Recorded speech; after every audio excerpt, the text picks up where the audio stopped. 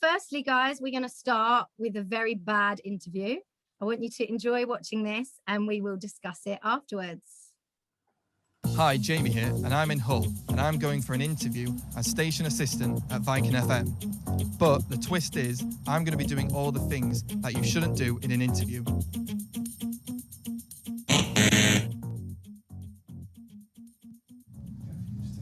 Yeah, sure. Was that Steve from The Breakfast Show? Sean. Oh, sorry. Would I be able to get a photo maybe later with him? Maybe later on. Yeah. Hey, Sam, by the way.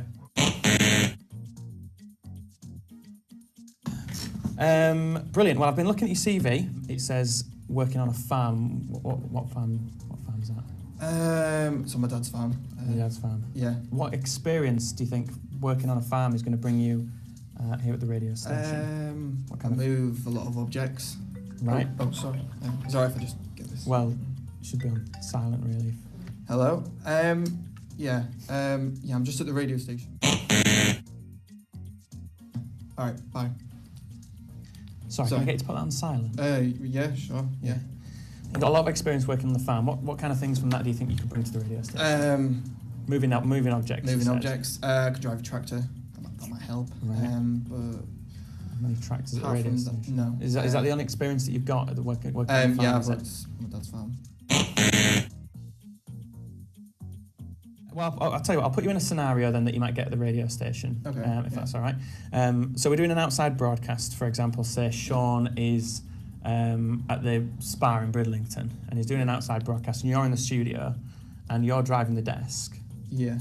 And the song's about to finish. You've got about 15 seconds left on the song and the line cuts with Sean. What would you do then? I don't know then. It says on here that you're interested in different types of music. What kind of music do you listen to? I'm a massive fan of drum and bass, reggae, R&B. Do you listen to Viking much? A little bit. Well, thank you very much for coming in, Jamie. It's been lovely to speak to you today. That's all right. I've got your email address here as djjazzyjame69@gmail.com. Yeah, that's Is that the right one to get hold of? Thanks. Yeah. Is it okay if we get that photo? Yeah. Yeah? Cool, thanks. Hello? Yeah. He's just been in, Jamie, yeah. Not good, really, if I'm being perfectly honest. Started off, first thing, didn't get Sean's name right, called him Steve.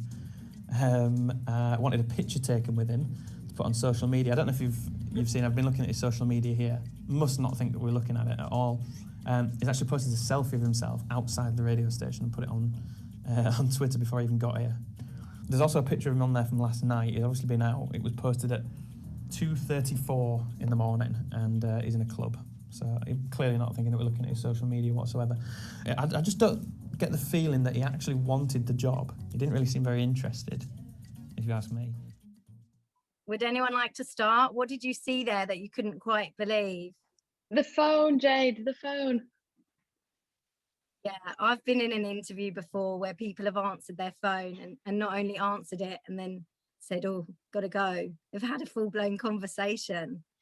And although this is an interview for a radio show, these mistakes are completely transferable for television. And I just find this video hilarious because I've seen a lot of these happen.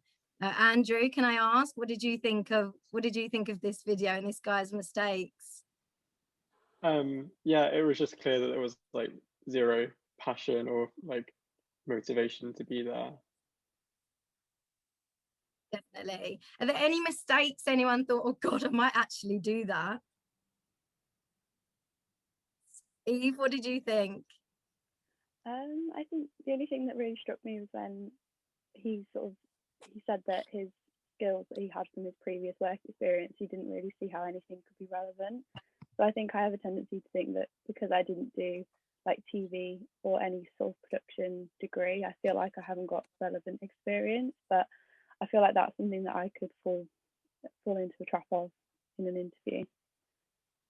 Yeah, that's a really good point. I think sometimes we think, well, what I've done's nothing to do with telly, so how can it possibly translate? But once you're working in the industry, you realise, oh, this is really handy now that I once worked in a shop dealing with money, because now I'm actually doing that. Lise? you- I've actually been in an interviewing somebody who didn't know anything about the company whatsoever, and also we checked their social media pages afterwards, and there was some quite explicit photos on there that were public, which was that, you know, if that's fine if that's what you want to put on your private, but not when it's public to anybody and everybody in the world. So be aware of that. That's really true. And I can only think back to my pictures from university, which now I should probably scroll through going back 10, 12 years and take them off, because the drunk pictures sat on the toilet, for example, or you in a bar doing shots, or I don't know, running around in skinny dipping and things like that, photos of that kind of stuff. Maybe you should vet and make private. But yeah, I mean, these are all things we can actually relate to. Anyone else got any comments? Lewis, what about you? Have we got Lewis there, or is it Louis? Or anybody else? Who's getting the name wrong, Jade? Getting the name wrong at the start of the presenter. Definitely. Hannah, what were you going to say? I feel like I always go too overboard in interviews, because I find it so hard to believe that people are like that. And do you think it's possible to go too overboard? Like, can you research too much for an interview?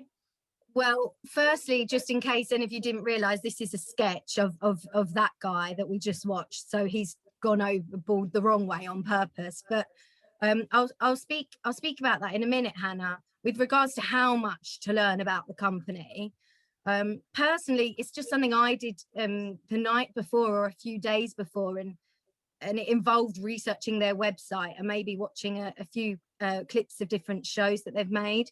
It certainly wasn't like, you know, doing a whole research and notes document on it or anything excessive.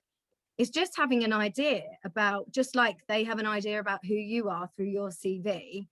It's about you having an idea. So you're going into the job interview with your eyes wide open, not like this guy who had no clue, and getting the presenter's name wrong. I mean, these things can, of course, they can happen, because you could go into an interview and something could, you know, slip out of your mind, and you can get something wrong. But this guy just clearly he hadn't taken that time and effort to make sure he knew who was seeing him or who worked there, and wanting photos with them. Some of this stuff is quite interesting in telly, because I remember going to interviews, and I went to an interview and saw Ashley Banjo at my, like, walking past my interview, because he worked for that company. And at the time I loved Ashley Banjo, and I was like, oh my gosh, there's Ashley Banjo. And we had a chat about it, because as I'll go on to tell you, television is quite a casual industry where you don't need to be super duper formal. You can have a chat about this. I didn't run up to him and ask him for an autograph, but, you know, we had a chat and a joke about it. So it's just finding that fine line, really. Does anybody else have anything that they'd like to say on that video, or is everybody happy for me to move on? Georgina?